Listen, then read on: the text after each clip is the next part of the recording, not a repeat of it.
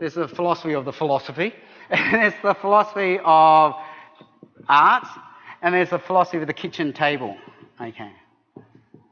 Okay. The philosophy here is this is what you think or believe.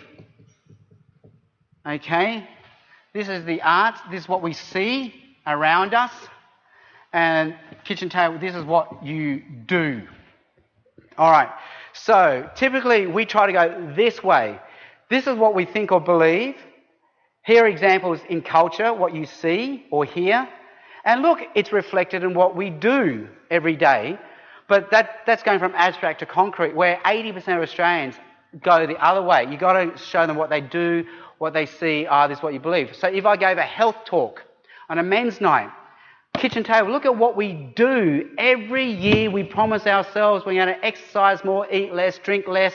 Every year we sign up for a city to surf. This is what we do. And look what we see around us. Every time we go to a park, there's a personal trainer. Our friends are in a boot camp. Wow, this is because we believe it's important to be healthy. Whereas had I come in at a men's evangelistic talk and say, we all believe it's important to be healthy, they go, no, I don't. So I've actually got to come in, this is what we do, this is what we see, and then so you've got to think, okay, what does my audience see? So if it's not a TED talk, what do they see? They see city to surf, so it doesn't have to be an author, a poet, a pop star, though it can be, but something they'll go, yep, I'll give you that one. I'll give you that example. So part of speaking then is what I call the resonance dissonance gospel sequence.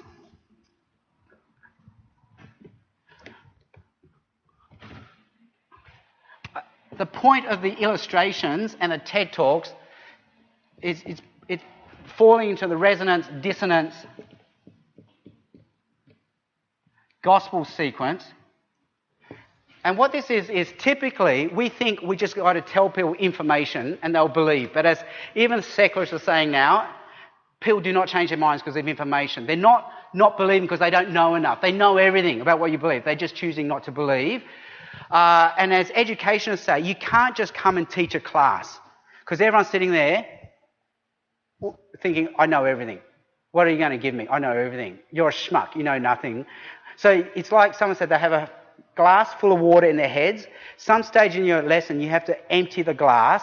So you have an empty glass. Let me fill it. So that's the dissonance part, all right?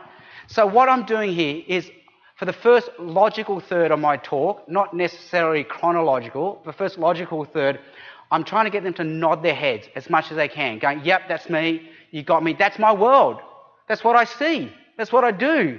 You got me. And then it's almost like stand-up comedy now is funny, not because of the funny one-liners, but because the person has been able to describe your world back to you. And everyone's going, oh, yeah, you got me. That's what I do. That's what I see. And that's what we're trying to do. Not necessarily trying to be funny, but to get them nodding their heads for the first third. And that, if you notice, think back to that work talk, I am getting them nodding their heads for the first third. And so this is where you're trying to go, yep. So I'm picturing my audience, I want them to go, yep, that's what I see, that's what I do. Then I've got to get them to a dissonance moment where they go,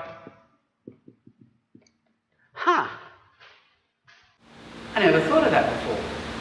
This is where you empty the glass. And now you're ready to give them Jesus.